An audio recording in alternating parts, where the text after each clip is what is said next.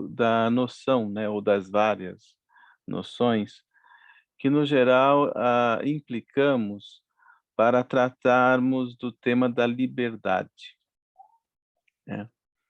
Esse tema é muito importante desde a antiguidade e ainda mais agora no nosso momento odierno, em função de pensarmos os dilemas, os contrapontos, as problemáticas que concernem a um tema que fundamentalmente dá conta das aspirações mais, digamos assim, aprofundadas daquilo que se entende por sujeito moderno. É muito importante a gente entender, sobretudo após a Revolução Francesa, né, com os ideais de 1789, né, liberté, égalité e fraternité, a liberdade, a igualdade e a fraternidade, pensar de que maneira as instâncias do eu, com a sua subjetividade prenhe de conteúdos e emancipação, ele possa dar sentido, esse mesmo sujeito,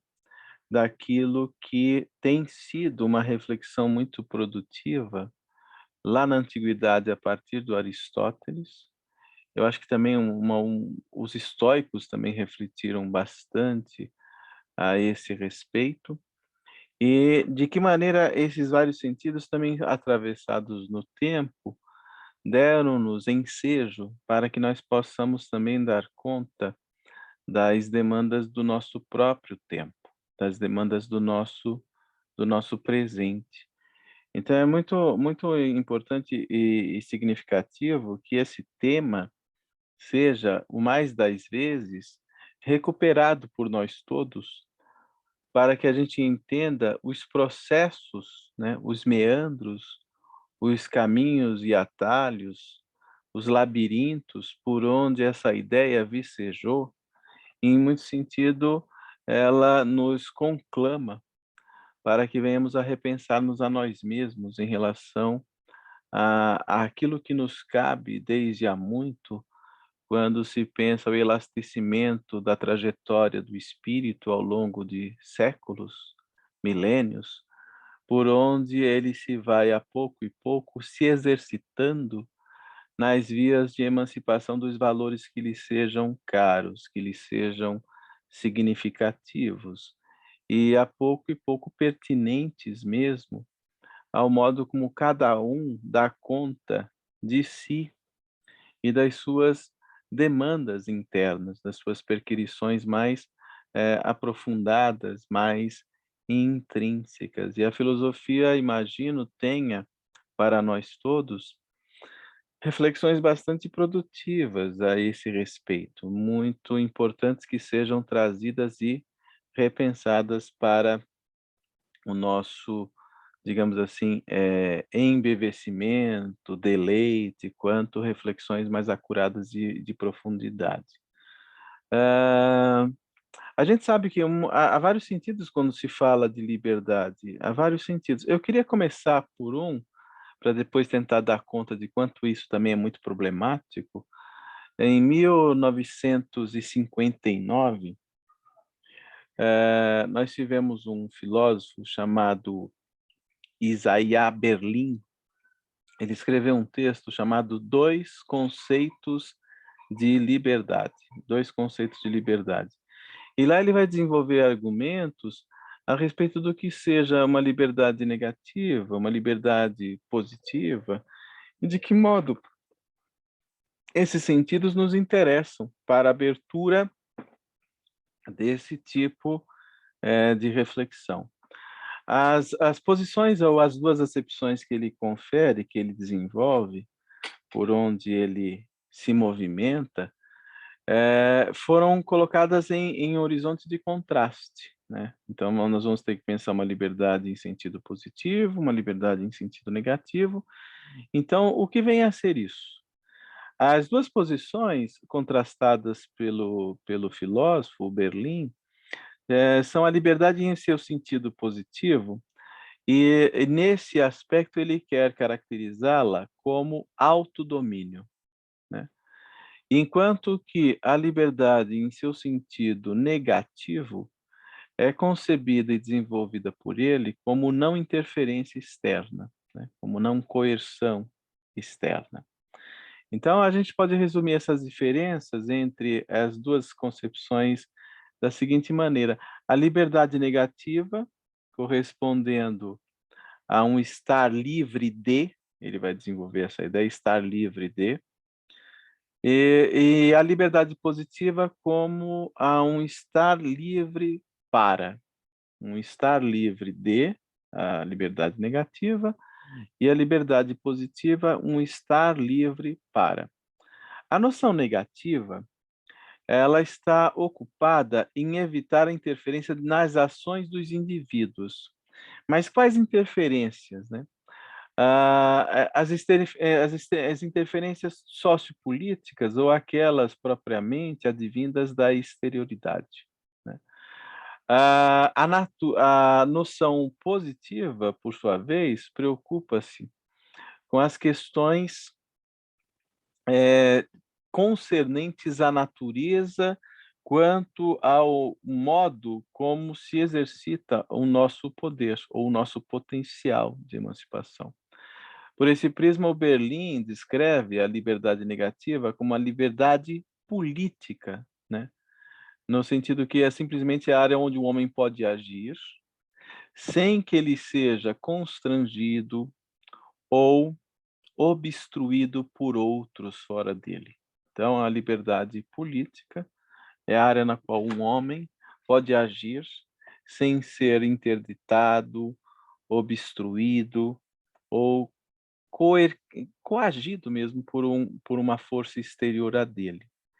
Essa coerção, né, implicaria a uma interferência deliberada de outros seres humanos sobre a própria área do sujeito, a própria área de atuação desse sujeito. Então, de que maneira essa relação interpessoal e, portanto, uma relação sociopolítica pode, digamos assim, bloquear, impedir, atrapalhar a manifestação dos valores desse mesmo sujeito.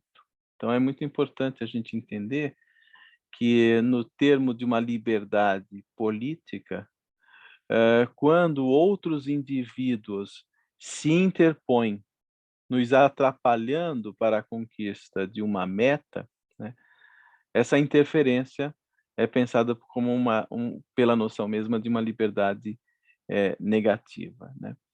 Então essa liberdade ela é negativa, porque ela é caracterizada pela ausência de algo, no caso esse algo é a interferência. Agora, a liberdade positiva, ela se caracteriza pela presença do quê? Da ação mesma, né, da participação na tomada das decisões, da autodeterminação. Então é uma liberdade positiva. O sentido positivo da palavra liberdade aqui, provém aqui do desejo que o indivíduo, nutre de ser o seu próprio senhor, né. Então ele vai discutir essas teorias políticas da autorrealização, como aquelas em que podemos ver o indivíduo, cindido, né, por esses 2 eus, um eu desejoso, impulsivo, em oposição a um outro eu, racional e verdadeiro, e pensar essa liberdade, na perspectivação de que maneira o sujeito possa ele que, digamos assim, exequibilizar mesmo as suas manifestações enquanto sujeito da ação, em face de si, quanto em face de forças, exteriores a ele. Nesse sentido, parece-nos aqui, em algum sentido, uma retomada, lógico, mas não com a mesma desenvoltura, da questão já proposta lá no século XVIII pelo Kant, vocês se lembram o Kant, Immanuel Kant, quando ele nos fala de heteronomia, de autonomia, isso em algum sentido nos traz, né, esse tipo de correspondência.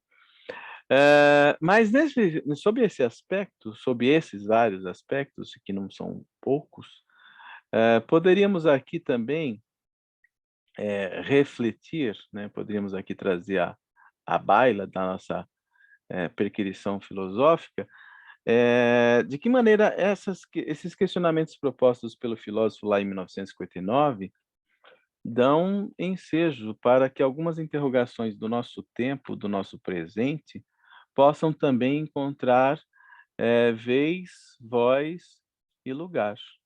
Por quê? Se eu pensar com o filósofo a respeito, primeiro, de uma liberdade negativa, né, ou seja, usando como a base de apoio a coerção, né, uma força exterior que tente impedir-me o passo ou a manifestação, a liberdade negativa de uma pessoa sempre causa dano a outra pessoa. Eu vou ter de pensar de que modo isso também está ali dado. Então, a ausência dessa relação, aliás, a presença dessa relação interpessoal, faz com que eu tenha de pensar a coerção externa sobre mim, né?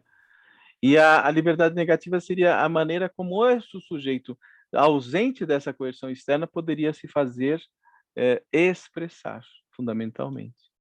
Então, a liberdade negativa teria de se pensar de que modo o uso da força contra a vontade de alguém, né, faz-nos faz-nos valer ou não aquilo que é a manifestação desse próprio sujeito, né. Mas isso traz-nos a questão de uma reflexão mais concentrada a um problema da liberdade tomada em sentido mais, individual ou privado, né. Então as questões mesmas, das demandas do mundo moderno, né, o problema da liberdade individual. Então, por exemplo, vamos pegar alguns casos em que a gente possa pensar juntos a respeito, né, dessas questões das demandas ou os dilemas individuais relativos à manifestação dessa mesma liberdade. Por exemplo, digamos que um sujeito, ele consome, né, digamos que um sujeito, esteja, querendo traficar drogas na frente de colégios. Olha lá, o fulano quer traficar drogas na frente de colégios. Só que o Estado, né, o Estado criminaliza as drogas. Logo, o fulano que quer traficar drogas na frente de um colégio, ele se vê constrangido, a sua liberdade se vê constrangida, porquanto o Estado criminalizando tal prática o impede ou seja, tolhe-lhe a liberdade de traficar essas substâncias. Deu para entender ou não? Então a gente vai ter que pensar esse problema. É uma questão de problema para se trazer a nossa reflexão. Digamos que eu tenha um indivíduo que ele tenha um apreço, uma simpatia pelas ideias nazistas. Tudo bem ou não? Ele tem um apreço, ele tem uma simpatia, ele tem uma adesão às ideias nazistas. E ele gostaria de manifestar publicamente a sua adesão ao nazismo. O que vocês acham? Ele quer exercer a sua liberdade de manifestação pública do nazismo. Mas e se ele tiver diante dele um Estado que criminaliza o nazismo? Por exemplo, a Alemanha, né? Ele tem a sua liberdade de manifestação tolhida publicamente, porque o nazismo, nesse caso, é proibido. Tudo bem, gente? Tá claro isso? Digamos que eu tenho uma pessoa que tem uma orientação, homoafetiva, ela é homossexual, tudo bem? Só que ela esteja localizada num contexto de Estado que criminaliza a homossexualidade. Logo, a liberdade dela de manter uma relação homossexual é vedada pelo Estado. Vocês estão percebendo as manifestações da liberdade encontrando os seus percalços, os seus problemas, os seus entraves? Isso não é pouca coisa. Então essa liberdade, ou seja, uma liberdade negativa, essa liberdade que vai encontrar na exterioridade, né, limitações, coerções, interdições, faz com que a gente pense no plano individual, de que maneira a manifestação do sujeito, ela se vê também atravessada por coerções externas, né, e essas coerções externas faz-nos refletir de que maneira na relação interpessoal, ou na relação intersubjetiva, né, de que maneira as minhas posições, as minhas ideias e os meus valores, mesmo que na manifestação do desejo de explicitá-las, podem causar ou não dano a outrem. Tudo bem? Não. Podem ou não causar danos a outrem. E essa reflexão traz-nos a questão da manifestação, não só individual, eu acho que nesse sentido é um problema que o filósofo propõe, porquanto estamos também refletindo sobre questões de uma posição sociopolítica que está dada também. A maneira como o sujeito está inserido na polis e de que maneira essa polis está aderente ou não aos seus valores, às suas orientações, aos seus sentidos e às suas ideias. Então, essa é uma reflexão também bastante importante. Não é isso ou não? Então, ela não pode estar de modo nenhum sendo colocada de uma maneira negligente ou superficial ou lateral. Ela tem que ser colocada no centro da nossa, da nossa consideração, da nossa atenção. Muitos refletem hoje. Eu posso hoje reclamar em o meu direito de ser nazista? Eu posso em, digamos assim, expressar a minha aversão ao judeu, ao homossexual? Eu não posso exercitar a minha liberdade de expressão? Hein, eu não posso reclamar a volta da ditadura militar, por exemplo, que absurdo, onde está a minha liberdade sendo tolhida por aí? Então é a questão de se pensar e repensar de que maneira os meus valores, ideias e ações colidem ou não com as representações do todo social do qual eu faço parte, e de que maneira essas posições podem causar dano, risco ou perigo à manifestação e à vida de outrem, com o qual eu estou partilhando a existência. Então é uma questão da liberdade que ela é muito importante para ser considerada. Ela não pode ser posta à margem de um processo. Tudo bem ou não? Digamos que tenhamos alguém que consome drogas somente em casa. Temos uma pessoa que seja usuária de drogas e ela consome drogas somente em casa. Tudo bem? Digamos que tem alguém que alimente conteúdo nazista, mas ela alimente conteúdos nazistas somente para si. Hein? Digamos que alguém tem uma orientação homossexual, mas não manifesta publicamente a sua manifestação, a sua orientação homoafetiva, né? Então, de que modo essas maneiras de ser ou de agir, essas atividades, né, devem ser protegidas como direitos naturais à vida privada, percebe ou não? Algumas pelas quais a gente pode validar, né, num juízo moral particular como plausíveis, e outras ações nós podemos não validar, considerando-as em alguma monta, em algum sentido, danosas. Então aí estamos trazendo uma reflexão que ela é toda nossa, que é o problema da liberdade individual.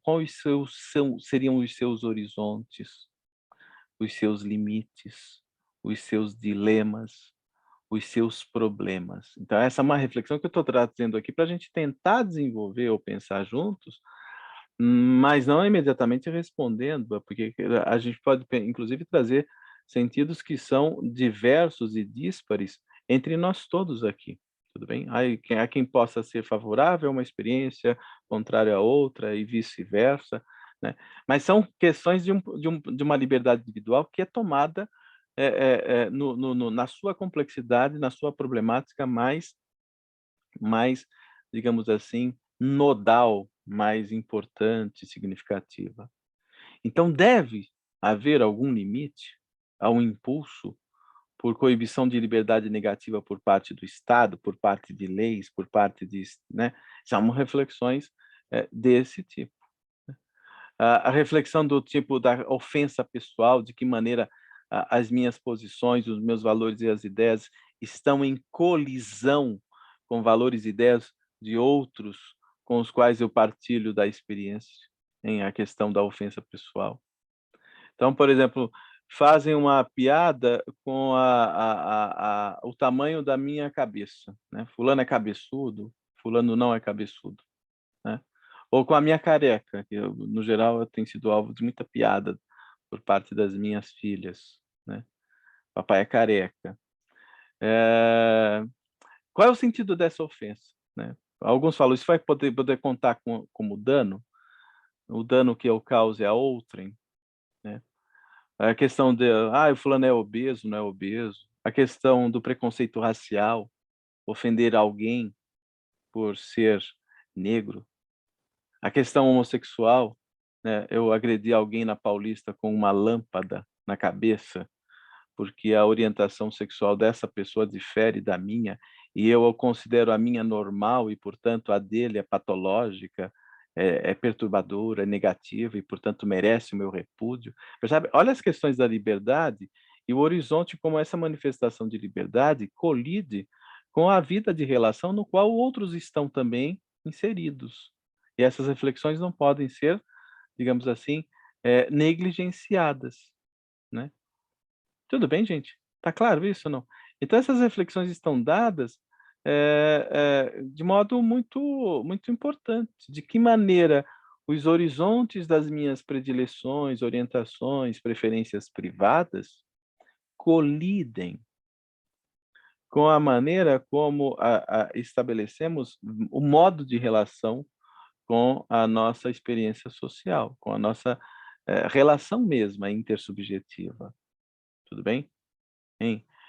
Eu tenho um vizinho, hein, que me ofende, porque é um casal é um casal que mantém, uma preferência por uma vida naturista, e eles ficam andando nus dentro da própria casa.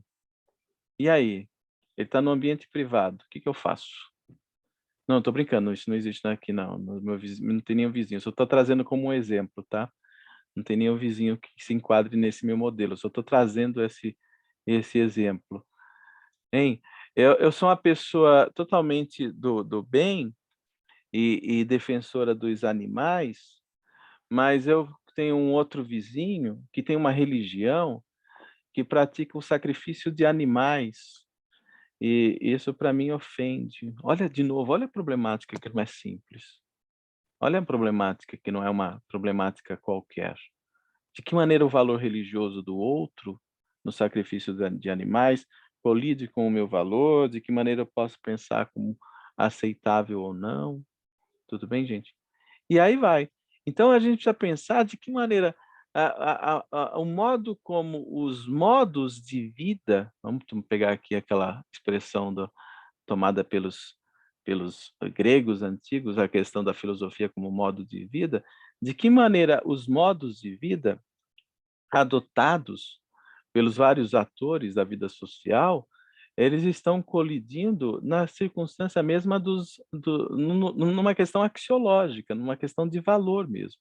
Quais os valores que nós aplicamos e emprestamos para entender ou tipificar ou ajuizar como saudável, como anômalo, como plausível, como não plausível, as variadas posturas que os sujeitos tendem a expressar, a depender de uma variação de gênero, de etnia, de religião, de questão, eh, política, ou político-partidária, etc, etc. De que maneira essa relação se estabelece por um horizonte em que, eu possa ver o outro, conviver com o outro, e de que maneira esse sentido da liberdade alheia, quanto da minha própria, possa ser pensada, né, no sentido de produzir rusgas ou mesmo de produzir algum grau de empatia nessa mesma experiência de relação.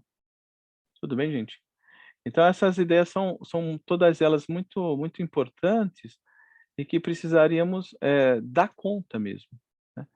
Então qual é o limite entre o dano pessoal, a ofensa pessoal, de que maneira isso deve ser tomado, naquilo que a gente entende como manifestação das liberdades do sujeito, a liberdade negativa, e de que maneira isso pode encontrar entraves, coerções, impedimentos e bloqueios na própria manifestação do sujeito desses mesmos valores, em relação ao ao choque com valores outros que estão do entorno. Tudo bem, gente?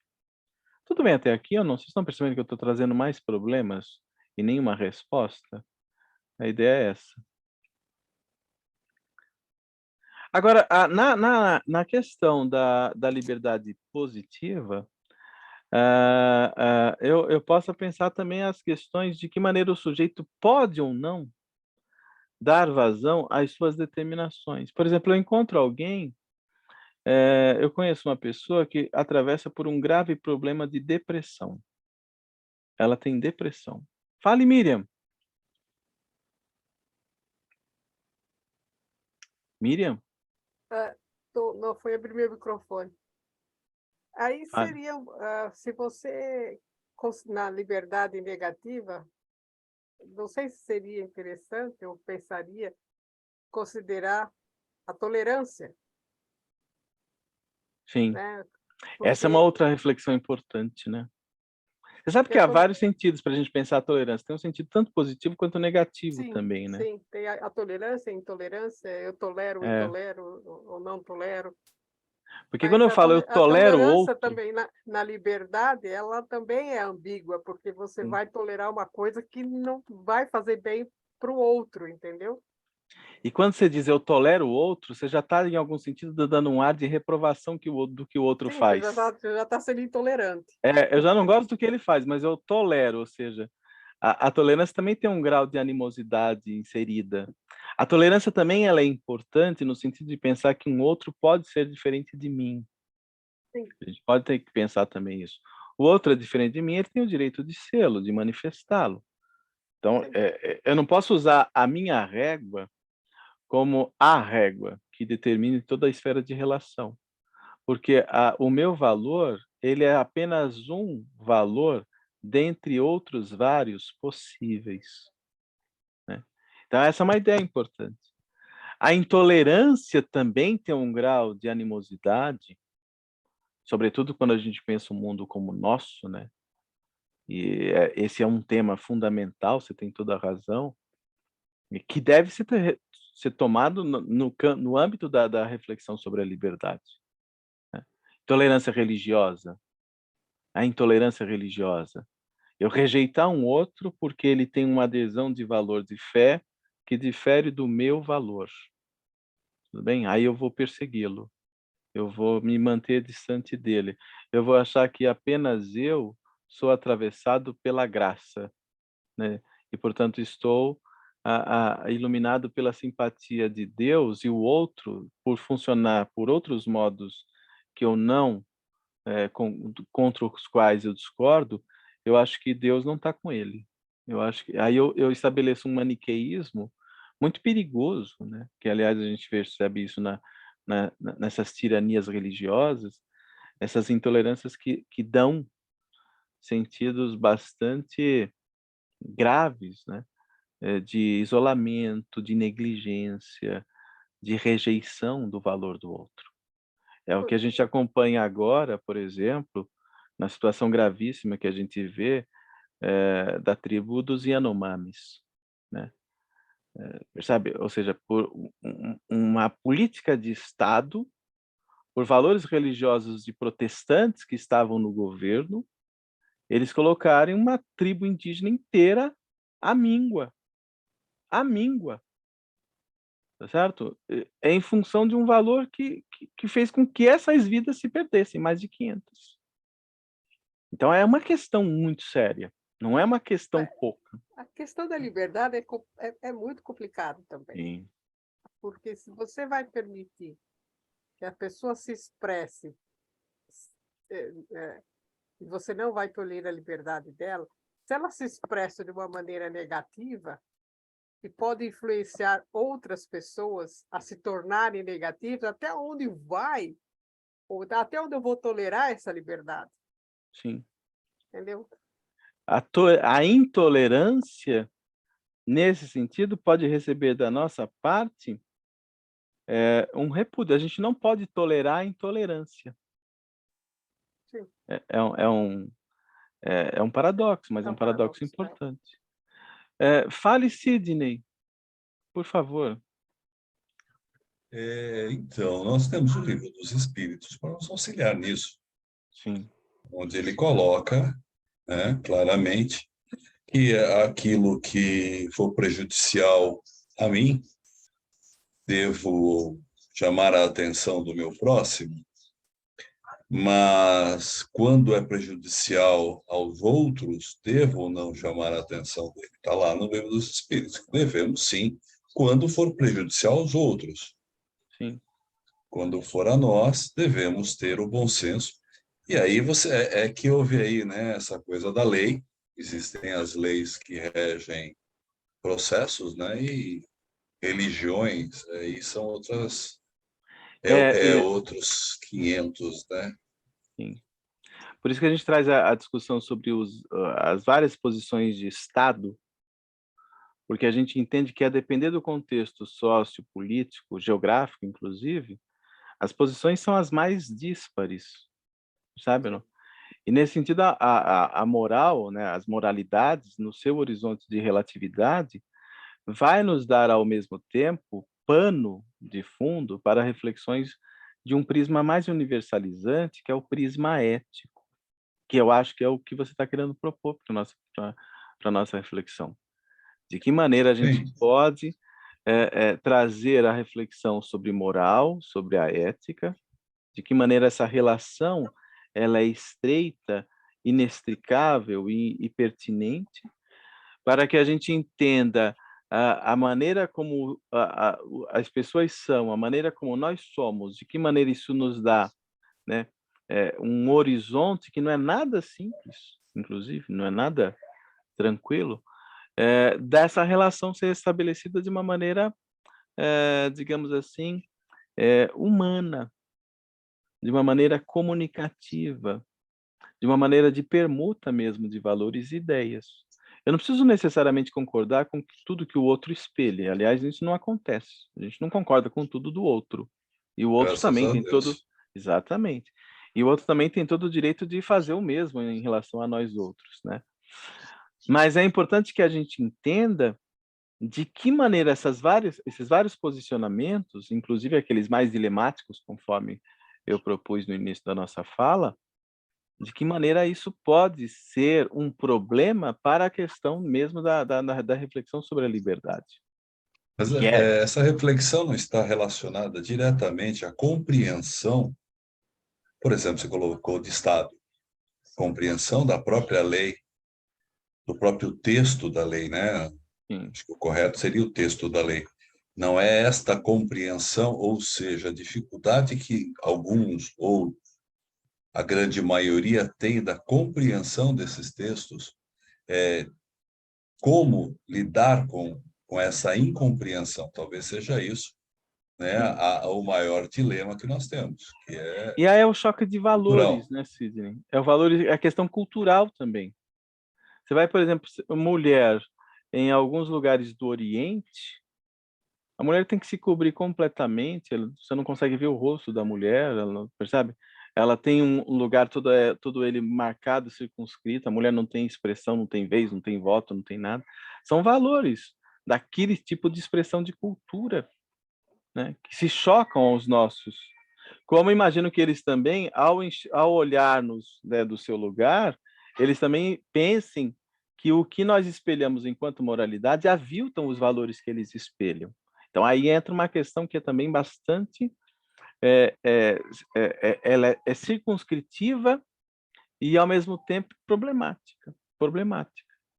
Porque a interpretação de uma palavra, de um valor que vem, por exemplo, de uma herança, de uma tradição religiosa, percebe ou não?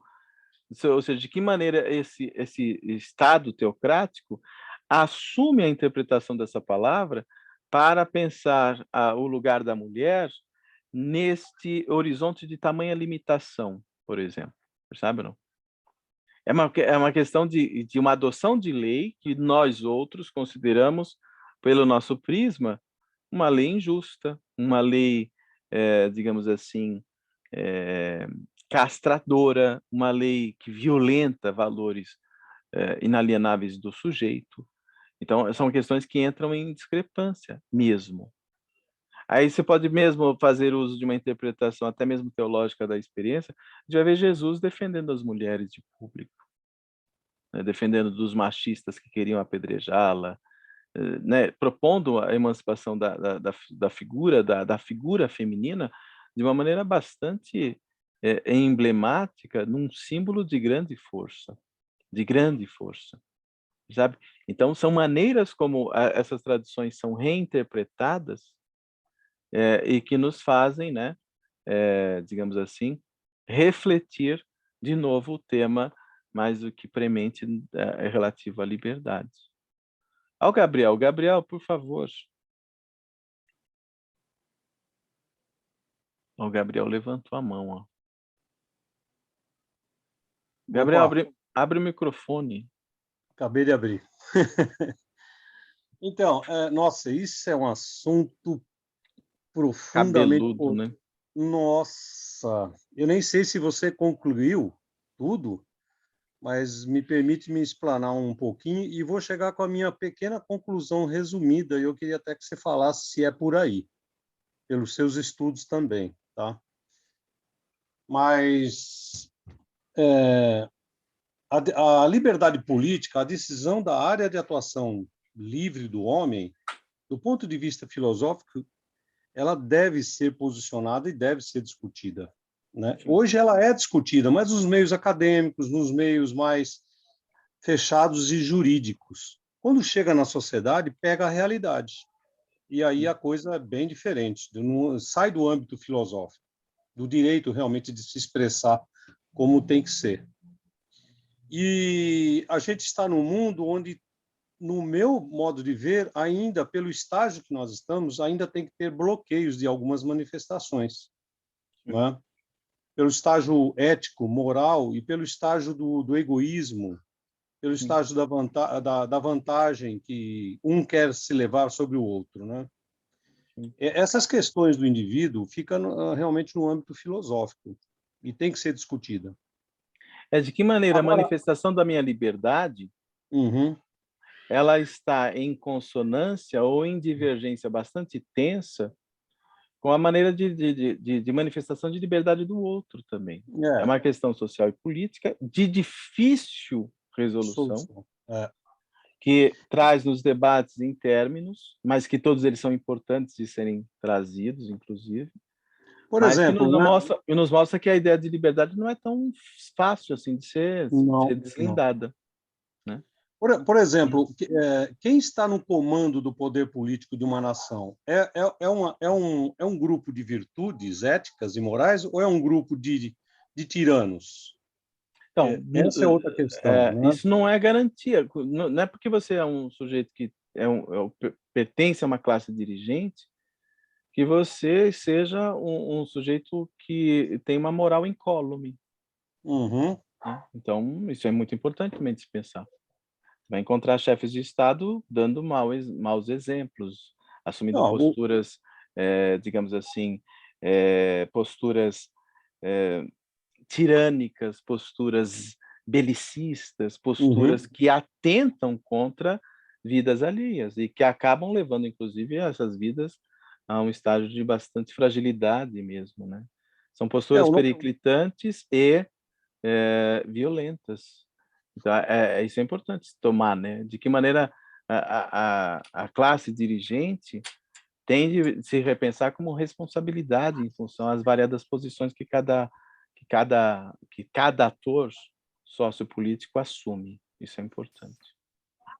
Existem declarações do nosso ex-digníssimo presidente da República, que nem deveria ser presidente da República, mas por um contexto político de poderes ele acabou sendo eleito, esse cara já declarou livremente que no governo dele, antes dele ser presidente, acho que ele nem sonhava, já estava sendo preparado, sei lá, mas ele era deputado federal, ele falou que no governo dele, não haveria 1 centímetro de terra indígena.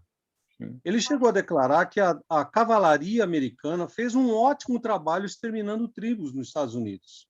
Sim. E outras declarações que todo mundo sabe, e esse cara foi eleito, né? Quer dizer, tem provas capazes que esse cara tem que ser julgado, entende? Porque o que a Miriam falou, o que ele falou e o que ele defendia propagou pela sociedade. Então, e aí o lema que no geral se usa para a manutenção desse tipo de postura perigosa é Deus, pátria, família e liberdade. Vocês já perceberam que o lema, a liberdade vem lá no final. São símbolos fortes, liberdade, né? para quê? Para assumir postura de preconceito racial, haver essa cultura que seja diferente da dele, a cultura indígena, a defesa de um belicismo, colocar arma para que se extermine o outro, e o outro é sempre tomado não como um adversário, mas como um inimigo.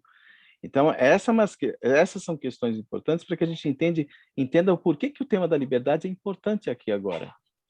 Porque a liberdade para ser o quê? Para se defender o quê, exatamente? Porque eu posso defender, pelo uso da minha liberdade, sentidos em que o outro esteja, no máximo aspecto, sendo preservado, em que eu possa promover a vida, em que eu possa promover o outro, em que eu possa engrandecer a diversidade, quanto eu posso assumir, em nome de uma liberdade, posições periclitantes, avessas, em que se estabelece animosidades, vinditas, agressividades e etc. Então, qual é o sentido que essas liberdades estão sendo tomadas e de que maneira estamos fazendo uso desses discursos de um modo, às vezes, panfletário, superficial e distorcido. Isso é muito importante. Então, em nome de uma liberdade, nós estabelecemos uma distorção em que o valor do sujeito se sobrepõe ao valor coletivo, em que as minhas ideologias particulares, elas se impõem aos demais sem qualquer consideração de mediação, de diálogo, de interlocução, de conversa, etc. Então, ninguém barra isso, né? E por ninguém isso que eu barra acho. isso. As minhas ideologias são iníquas. E ninguém barrou isso, entende? Quer dizer, por isso que essa questão, Gabriel, da liberdade, ela não pode ser colocada de lado. Nós temos, em muitos sentidos, de repensá-las. O sujeito moderno precisa repensar a maneira como os usos dessa mesma liberdade têm sido, digamos assim, sequestrados por discursos muito, muito perigosos. Eliana? Ah, minha amiga. Oh, minha amiga, que prazer. Tudo bom, Carlos? Que prazer, que saudade de você. Saudades, que bom te ouvir. Hoje deu jeito de eu entrar. Ai, então, que alegria.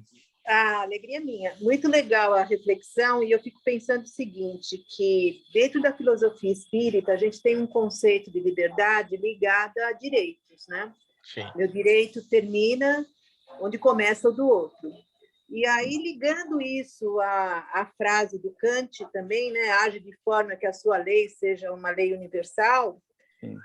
Eu fico pensando até que ponto esse conceito de liberdade não é um conceito de liberdade que não cabe para nós ainda, porque a gente, no nível evolutivo que a gente está, a gente não entende o que é agir de uma forma universal, o que é, até onde vai o direito do outro, porque cada um tem a sua visão, né? Eu queria que você falasse um pouco sobre essa coisa da liberdade no sentido universal, o seu direito não individual, mas universal, dentro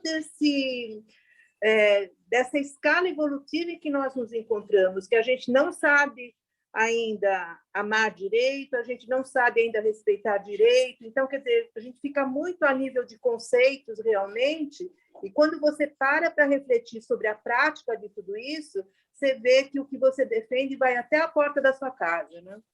Sim.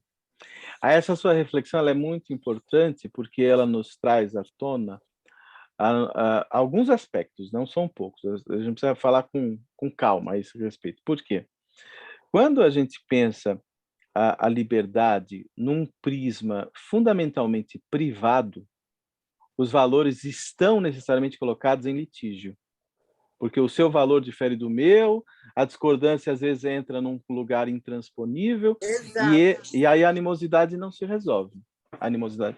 Então, a questão de uma moralidade tida como maneiras ou a adesão de condutas na esfera de valores privados.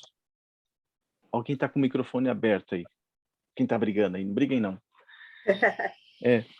Quando a gente pensa a moralidade a partir dos horizontes do recorte do valor privado, a animosidade é o que, no geral, mais se estabelece. O litígio, a separação à distância, a recusa, a vindita, a violência mesmo.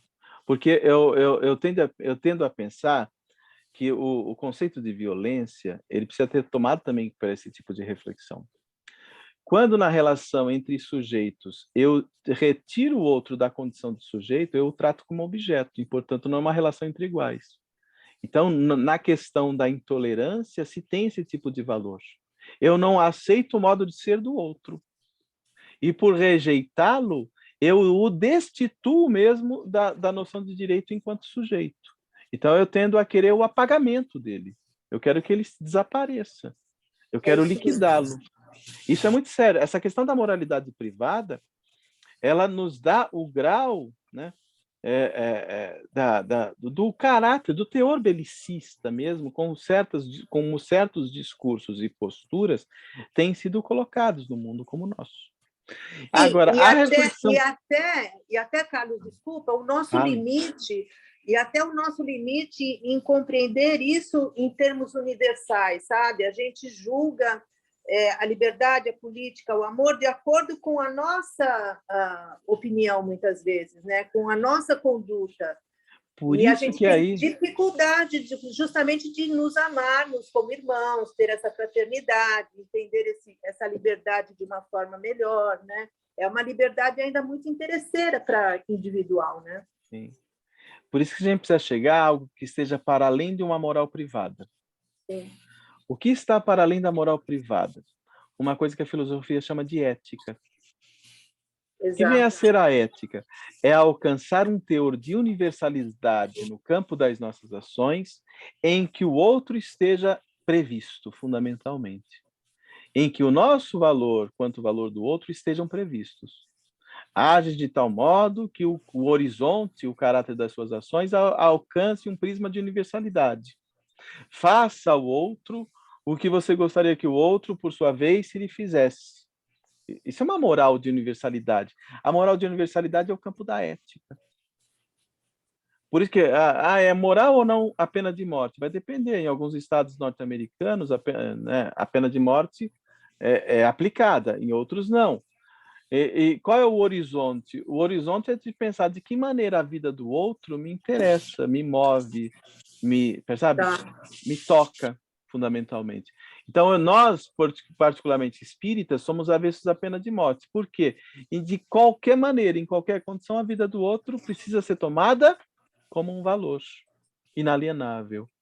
Se a vida do outro precisa ser tomada como um valor inalienável, nós somos avessos à pena de morte. Mas o outro é favorável. Ok, é um problema da moral privada que cada grupo acabou por fazer valer para si. Mas o caso espírita, o espiritismo, ele tende a se orientar não por uma moralidade privada. Ele tende a pensar aquilo que o Kant nos propôs, aquilo que Jesus outrora também nos propôs, que é um horizonte de universalidade no campo das nossas ações. E o campo da universalidade significa eu preciso tomar o outro, mesmo que ele tenha um valor diferente do meu, e ao tomá-lo como relevante, que ele tem de ter vez e voz, eu preciso considerá-lo na sua condição de sujeito e de valores. Não é à toa que é tocante, é de chorar, que Jesus, para nos oferecer o máximo exemplo de solidariedade, usou um samaritano, que era um ser abjeto, né, rejeitado em Israel. Ele pega o exemplo de um samaritano para nos dar a máxima exemplificação do que seja solidariedade autêntica. Percebe ou não? Imaginou o quanto que isso deve ter polemizado à época dele.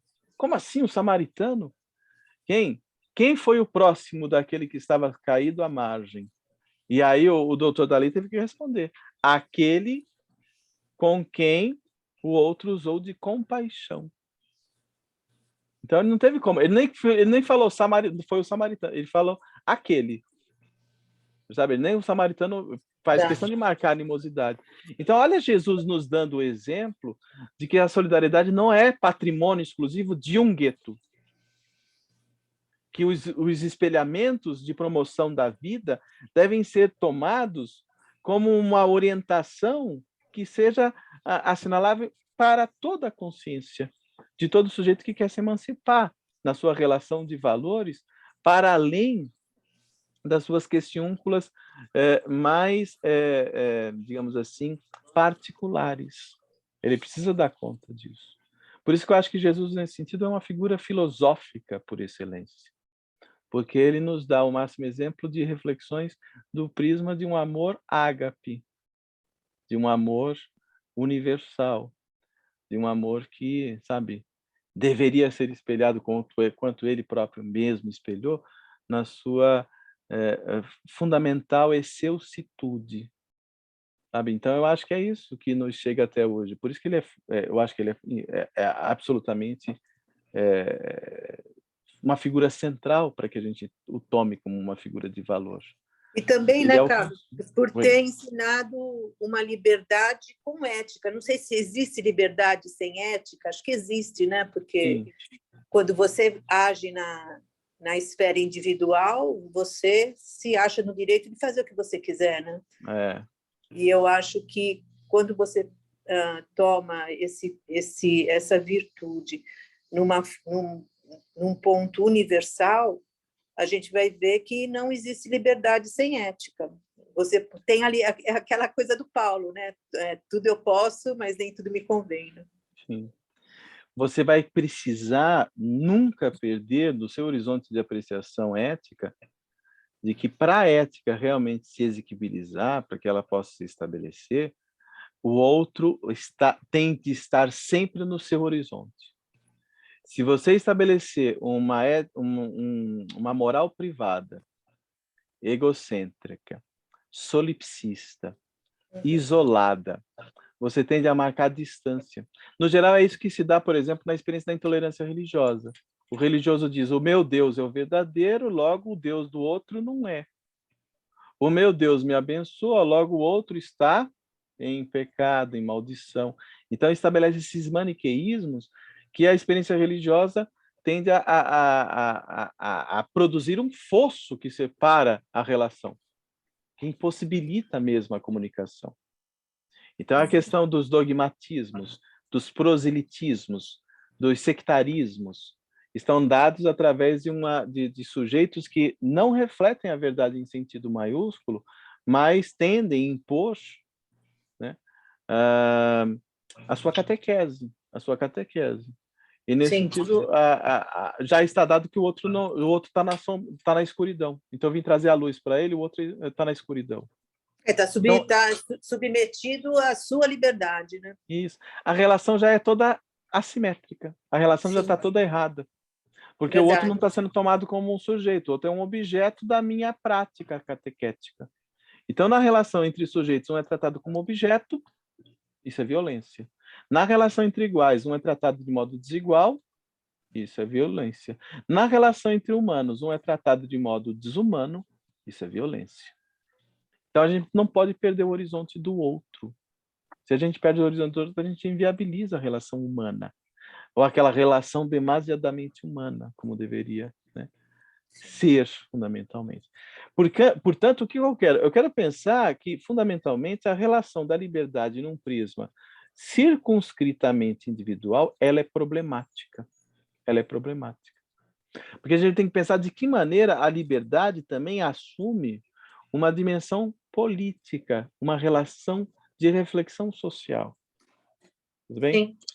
Então, é aí que nós alcançamos talvez um sentido mais ético e superlativo para a reflexão desse tema.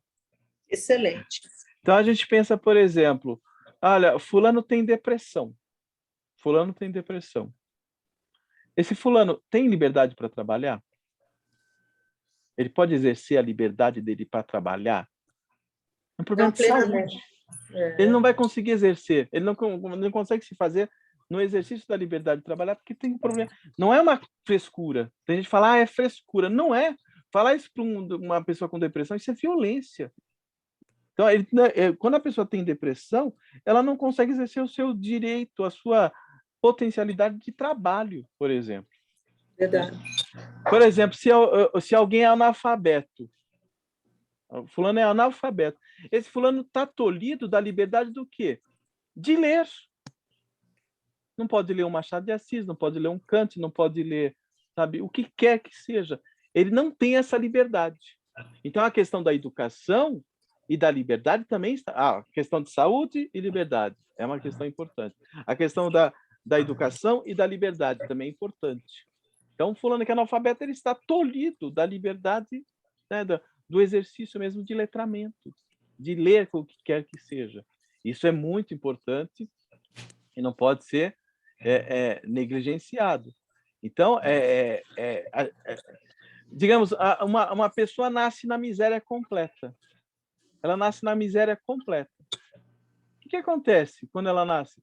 Ela, por exemplo, tem a liberdade de assistir uma peça de teatro no Municipal de São Paulo?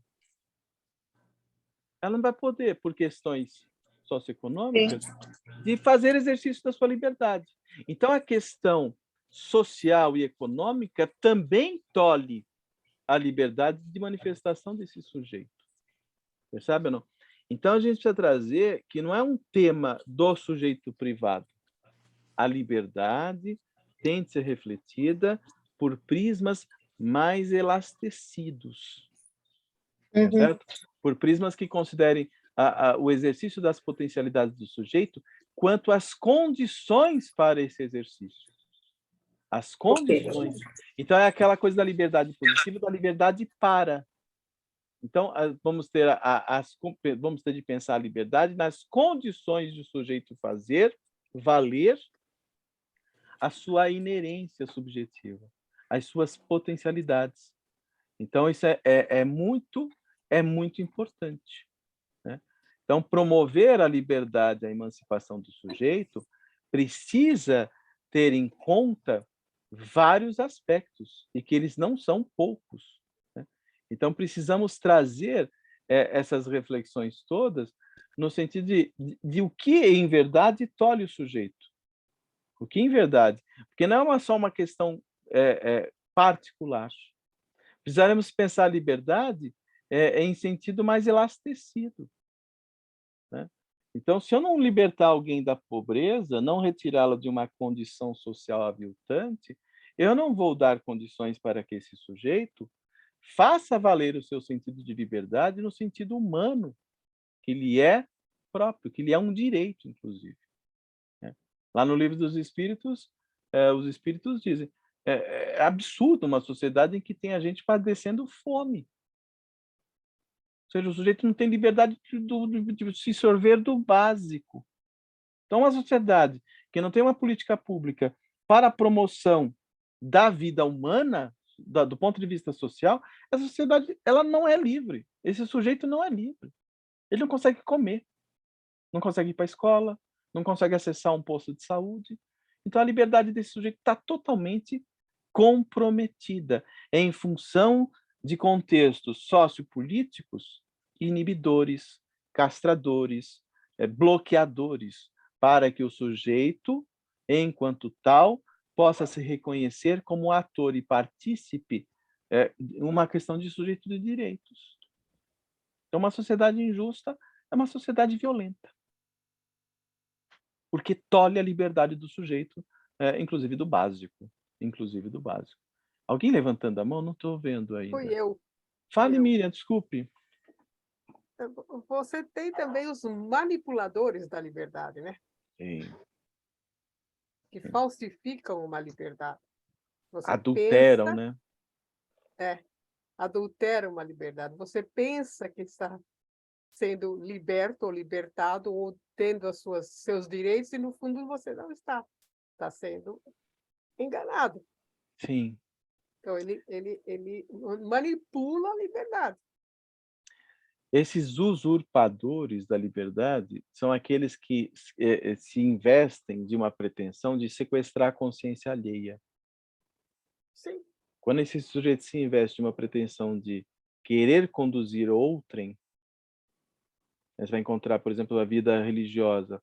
O fulano se acha um pastor e, portanto, quer levar todo mundo, né, para sim, ele. sim. Aquilo que Jesus nos falava, um cego conduzindo outros cegos, todos no abismo. Então, você tem que se cuidar da manipulação religiosa, manipulação política. Manipulação As questões... cultural, manipulação qualquer. Então, esse cuidado também, porque quando eu me invisto da pretensão de conduzir a consciência alheia, eu estou estabelecendo uma relação não entre sujeitos ou entre iguais, mas um que se vale de uma pretensa superioridade que torna o outro cativo dele. Sim. Então, é uma relação de Sem que o outro servidão. perceba. É subliminar esse Esse é pior. Por Sem isso que que o ela é outro mais perceba. covarde. Eu acho que ela é a mais covarde. Sim. Ela é a mais covarde, porque ela se traveste de um discurso de emancipação. Sim. Sabe? Conhecereis a verdade vos libertará. Tá ok? Aí você vai ver o que o cara está fazendo. O que ele está fazendo? Ele não está fazendo nada que liberta o sujeito. Ele quer simplesmente se valer dessa relação para tirar capital político, vantagem particular. Esse é um problema. Esse é um problema. A O grande ambiente maioria cai aí, né? A grande maioria exato. cai aí. Você vê essa questão do mercado religioso. Na verdade, o fiel ali é cliente. Ele é tratado Sim. como um cliente. Sim. Ele é tratado numa relação pecuniária. Quanto mais dinheiro você der para a igreja, mais você vai ser abençoado, mais Deus vai te iluminar. E quem vai levar a vantagem desse dinheiro? Não é Deus. Deus não tem nada com dinheiro. Tudo bem? É o Às sujeito vezes, que vai. às vezes não é nem só o dinheiro, né? Às vezes é uma violência psicológica, um acolhimento psicológico. Sim. Você influencia de tal forma a pessoa com o seu palavreado que você domina ela. É a Sim. dominação do Weber. É. É a Você dominação pega do a ética protestante e o espírito do capitalismo do Weber, Sim. é exatamente isso que ele está propondo. Ou seja, de que maneira a relação de Deus é substituída por uma lógica mercantil, travestida de religiosidade. Travestida de religiosidade. E isso diz muito sobre o que acontece aqui agora. A gente está vivendo um Brasil pátria do evangelho? Não, a gente está vivendo um Brasil tirania de evangélicos, inclusive. Sabe? De um valor religioso que quer se impor e que se vale de uma bancada de poder político, a bancada da Bíblia, da bala, do boi, não sei mais o que, são bancadas, cada qual defendendo os seus valores particulares, e nesse sentido querendo, não a emancipação do sujeito pela iluminação divina, mas Pelo a contrário, sujeição do sujeito, a pela sujeição sujeição. do sujeito para valores os mais mesquinhos que a gente possa imaginar. Fazendo uso da imagem de Jesus para aviltar consciências alheias. Isso é muito sério. Isso é muito triste. Eu acho, não é à toa que Jesus expulsou os mercadores do templo, né? Não é à toa que Jesus se colocou com bastante força em relação a esse tipo de postura. Ele que se colocava avesso a tudo isso. E não é à toa que ele foi crucificado por estes, inclusive, né? Porque ele mexeu com os interesses dessa gente. Então é uma coisa que é daquela época e a gente vê que ela está aí. Ela está aí, funcionando. Infelizmente. Ou seja, sujeitos que estão na contramão do exercício da liberdade. Porque produz sujeição, produz manipulação, produz sequestro da consciência alheia. E quando eu submeto a vontade de outrem a benefício meu, a benefício próprio, a benefício particular, Eu estou exatamente no exercício de uma tirania, de uma tirania. Então, essa tirania, esses tiranos da fé, eles são aqueles que operam avesso a essa mesma noção de liberdade, de que estamos aqui tratando. E que é assunto nosso, não é assunto da época de Jesus apenas. Até hoje ela está em plena vigência. Agora potencializada em sentido eletrônico, em sentido virtual, em sentido visual, muito mais abrangente que a época de Jesus. Hoje a coisa é um mercado de poder mesmo, é um mercado de poder. Então é muito sério tudo isso. A gente não pode, digamos assim, negligenciar isso, não. Isso é coisa que não é coisa pouca. Tudo bem? Isso se alastra pelo simples fato que as pessoas não querem, não buscam a verdade, Sim, não buscam a educação, o conhecimento, né? Uma boa parte se acomoda onde está, sim. aceita aquilo como se fosse uma coisa certa e normal, e aí a coisa vai se alastrando cada vez mais, e vai dominando, e as pessoas vão sendo envolvidas nessa teia, e depois fica difícil de sair, de quebrar a teia, de desmanchar a teia. Você fica Entendeu? enredado, a sua imagem é Fica muito enredado boa. nela. Você fica enredado nessa teia e é difícil se desvencilhar disso. Mas não Porque é você cria uma relação de dependência. Ao Sim. criar a relação de dependência, você já foi sequestrado pelo outro. Você já não tem o pertencimento de si. Você já não tem mais a autonomia. Você é um sujeito heterônimo totalmente. Você já se conduz pelo modo e valor que o outro incutiu na sua cabeça. Você não E pensa você não mais por discute si. isso, né? Por isso que a gente vai ver essa filosofia. Sim, é isso Por isso que mesmo. a nossa filosofia aqui ela é tão importante que a gente possa desenvolver. Porque a proposta filosófica é a de romper os grilhões, é de romper as algemas, percebe ou não? É de emancipar o sujeito. Enquanto que num discurso religioso, sabe, num É de discurso prender o religioso, sujeito. o que você tem é produzir um cativo. É cativar. Cativar no sentido de tornar o outro servo mesmo, tornar cativo, escravo. Isso é a contramão do que a gente está propondo aqui, né? Alguém mais aí? Quem mais levantou a mão? eu. Fale, Tereza. A colocação da Miriam vem ao encontro, e de encontro também ao que foi colocado, porque a pessoa ela não tem a liberdade de escolha de conhecimento. Como você colocou, ou seja, a pessoa não tem condições de se educar, a pessoa não tem condições financeiras, não é só que ela não quer, ela não tem condições. Então, ela não tem a liberdade de falar, hoje eu vou assistir uma palestra, porque eu posso, porque eu tenho um computador. Então, é falta de liberdade também a nível social.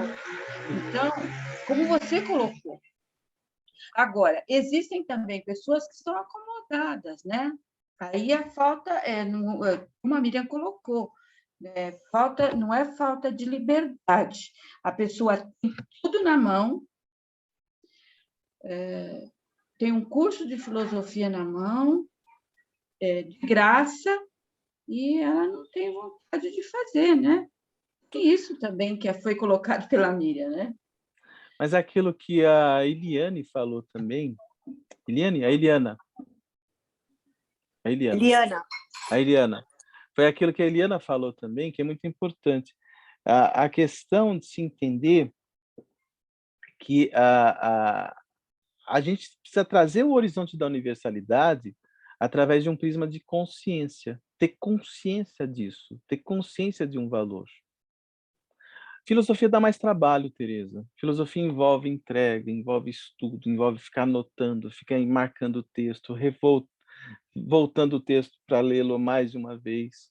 Agora, se eu tenho alguém que me traz pronto, que pensa por mim, que fala por mim, que reflete por mim, e que eu não preciso fazer nenhum esforço, só receber, abrir a cabecinha como se fosse sabe, um receptáculo e absorvendo acriticamente, é a lei do menor esforço, né? A lei do menor esforço é o que vale. Carlos, seria a Oi? escravidão voluntária, né? É aquilo que Etienne Lavoisier Sim, nos fala lá no século XVI do discurso da servidão voluntária. Ou seja, você adere ao outro porque você se sente melhor protegido, você se sente cooptado por uma força que você considere superior à de você mesmo, à sua própria. E, portanto, é uma relação de medo, é uma relação de sujeição, é uma relação de subalternidade. E é lógico que depende também do lugar evolutivo. A Eliana também nos falou a respeito. O lugar evolutivo, ter consciência disso. Então, poucos estão ainda se assenhoreando destas possibilidades, no sentido de reconhecer em si as suas potencialidades cognitivas e racionais. Por isso que pensar racionalmente dá trabalho, é mais complexo. Você vai precisar desenvolver a pouco e pouco força na direção da emancipação de si, caminhando com os próprios passos. Você não tem nenhum guru que vai te fazer valer. Você que vai ter que ser protagonista da sua própria experiência. Você que vai ter que assumir o protagonismo da sua condução enquanto ser humano em vias de emancipação. Então a filosofia nos fala isso. Você não tem que buscar fora um poder exterior a você para que você alcance o lugar de excelência. Você vai ter que dar conta de imersão em si, racionalmente, dando dimensão, valor e vez àquilo que você foi, digamos assim, conquistando, para que evolutivamente você alcance novos patamares. Mas você não pode esquecer do mito da caverna, né? Tem o retorno. É verdade. Mas muitos aqueles que ainda estão apenas acostumados à sombra da caverna, eles ainda não se deram na dimensão de pensar, olhar ou fazer o esforço de alcançar a exterioridade da caverna para pensar o sol que esteja espraiado lá por fora. Percebe ou não? Então, o sujeito ainda está acostumado a uma vida imaginativa, superficial, projetiva, não emancipadora. Por isso que ele encontra essa dificuldade de si. Quando você vai ao livro dos Espíritos, os Espíritos nos falam de liberdade, eles nos falam de livre-arbítrio, e é interessante pensar que o livre-arbítrio não é absoluto. Isso é muito importante. Lá não está dito nunca um livre-arbítrio absoluto. O livre-arbítrio vai sendo conquistado a pouco e pouco na via dos milênios. Vai sendo elastecido, vai sendo dilatado a pouco e pouco na via dos milênios. Então, ninguém aqui tem um horizonte de uma liberdade absoluta. Os espíritos falam, só o ermitão isolado no deserto teria essa pretensão.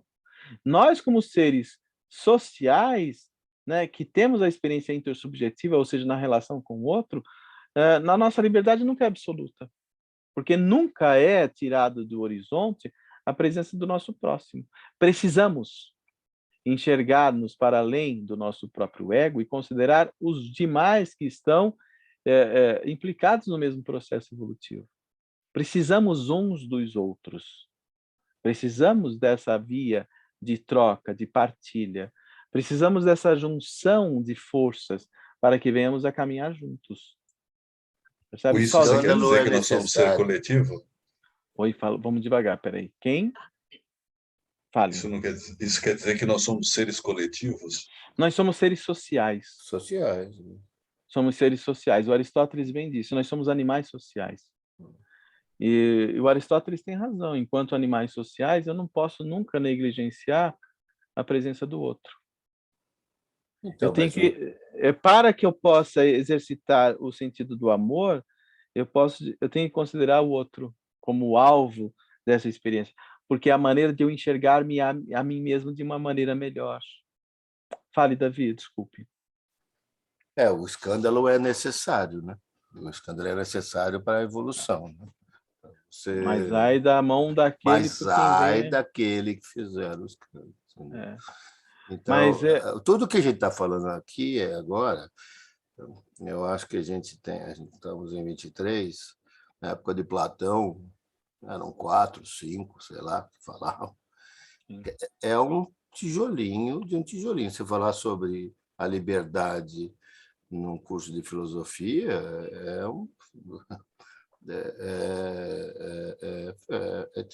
simples, né?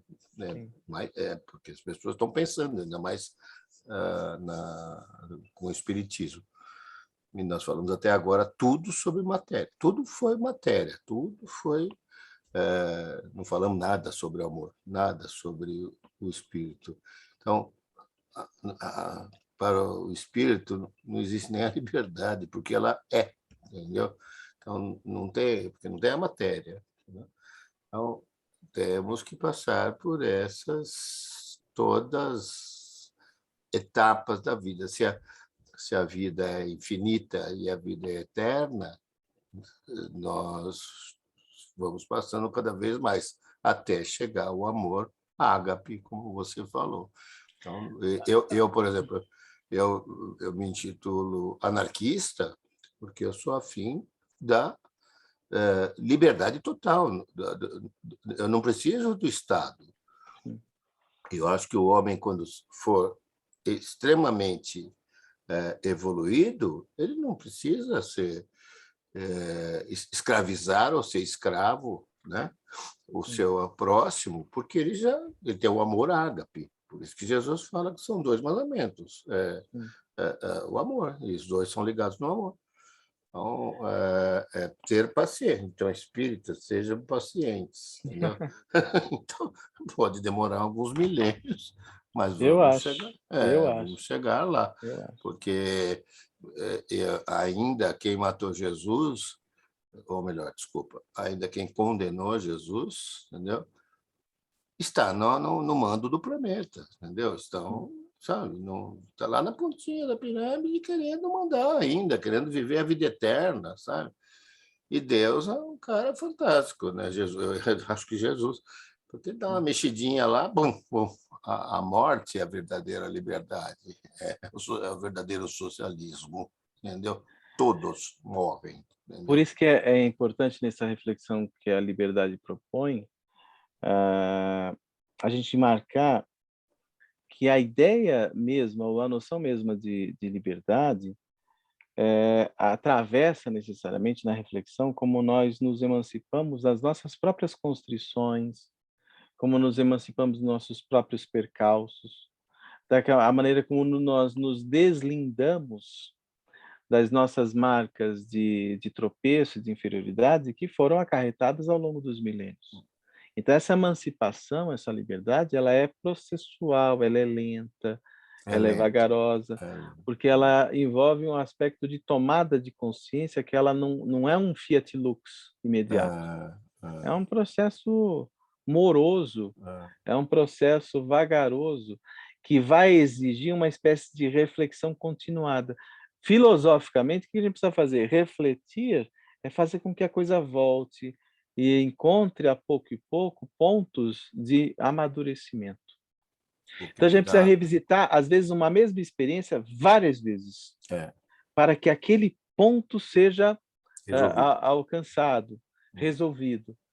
Então, é aquela questão de seres milenares que somos, não tomados pelo assodamento, não tomados pela precipitação, mas tomados pela responsabilidade de refletir vagarosa e acuradamente as nossas várias questões na direção do infinito. É esse o prisma. No geral, numa sociedade imediatista, quanto a nossa, filosofar atrapalha. Muito.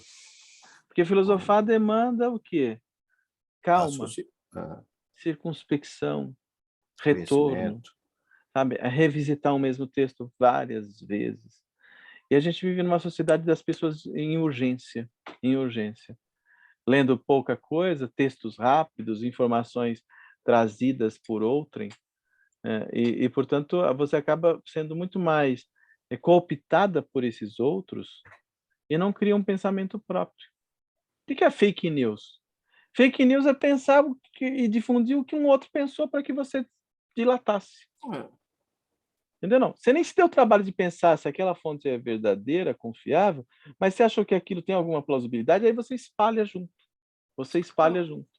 E depois a Então, coisa o planeta está evoluindo para tal coisa que até a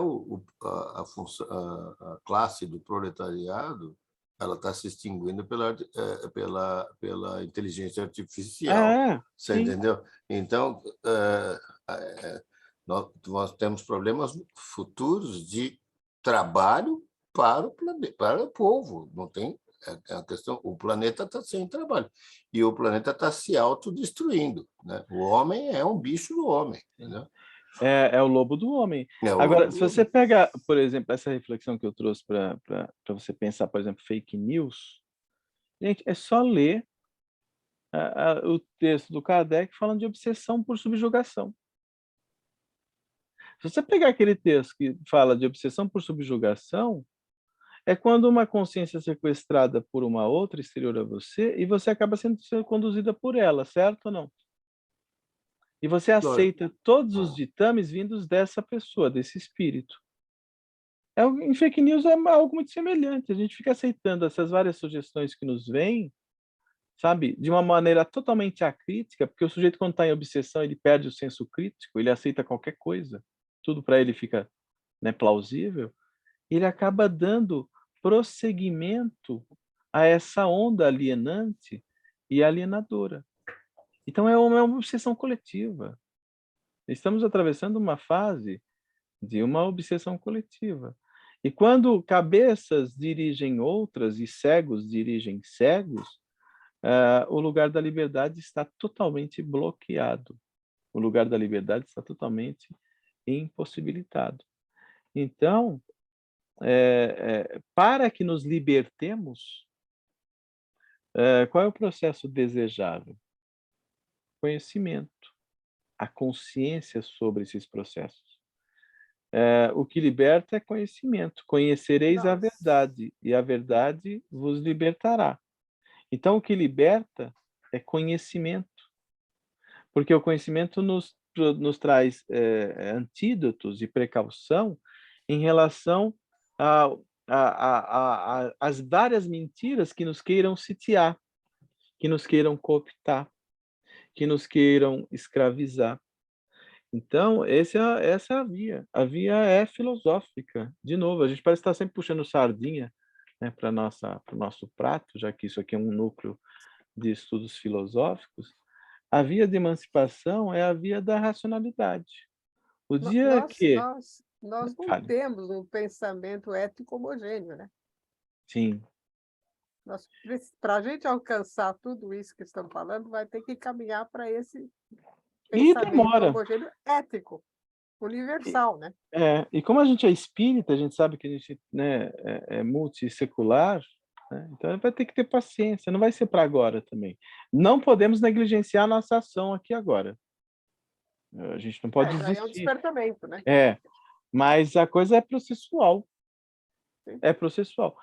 Tudo bem, não? Vai ser para a posteridade. E aí, como a gente vai estar de volta aqui na posteridade, a gente vai poder, se a gente fizer o trabalho bem feito aqui agora, a gente facilita muito a nossa própria vida, inclusive, no Por futuro. isso que Jesus é a meta, é o espelho.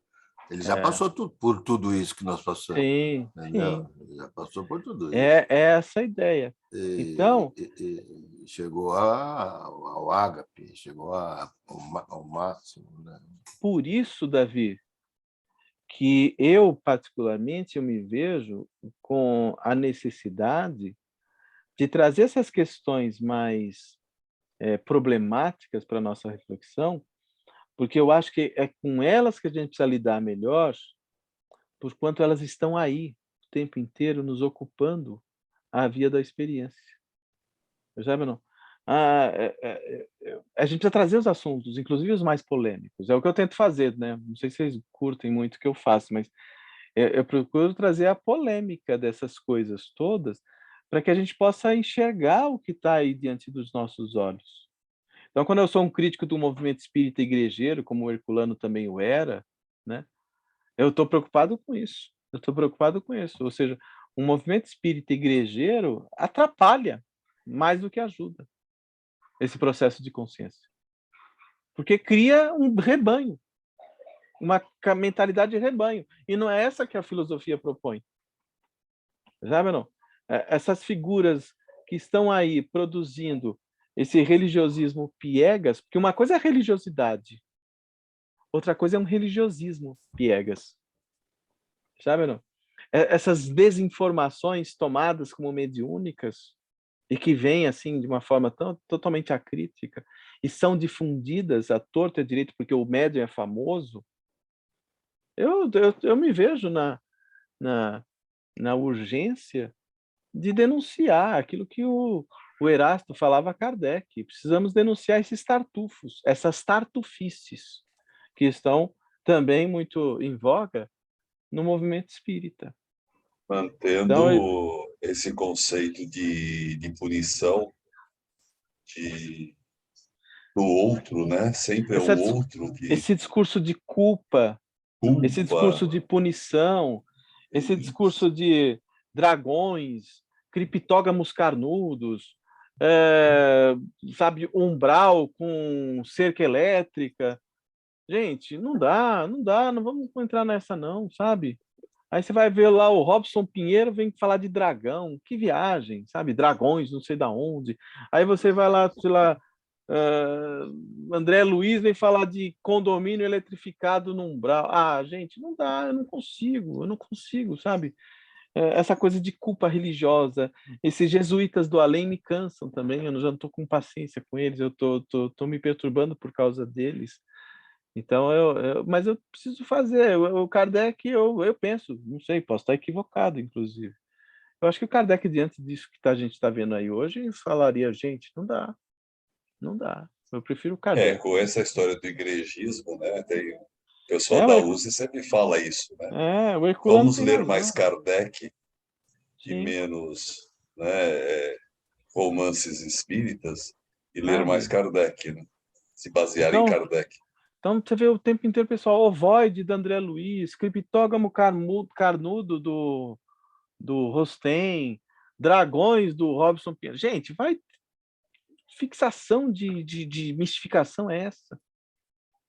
Sabe, vamos falar do bem, vamos falar de emancipação do sujeito, vamos falar...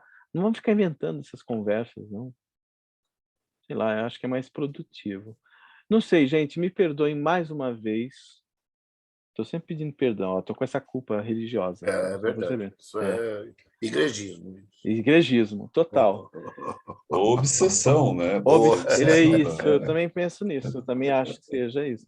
O Gabriel está com a mão levantada lá, não sei se ele quer falar alguma coisa. Me perdoem essas insistências minhas, mas num núcleo de filosofia a gente não pode passar à margem de trazer à tona esses processos todos. E a gente nunca pode pensar que o espiritismo lá do século XIX, aquele do Kardec, ele está pulsante para a gente pensar coisas do século XXI. Então, está tudo aí, ó. Só a gente olhar com cuidado, com calma, com criticidade, que a gente percebe a pertinência daquilo que foi dito e o quanto que ele precisa ser estudado com seriedade mesmo. Não, tem espírita que não lê Kardec, ele lê outras coisas, ele lê romance mediúnico e pensa que tá tudo certo. Não tá. Não tá, não. Obrigado, pessoas. Obrigado, Carlos. Foi ótimo. Só uma coisinha que eu gostaria.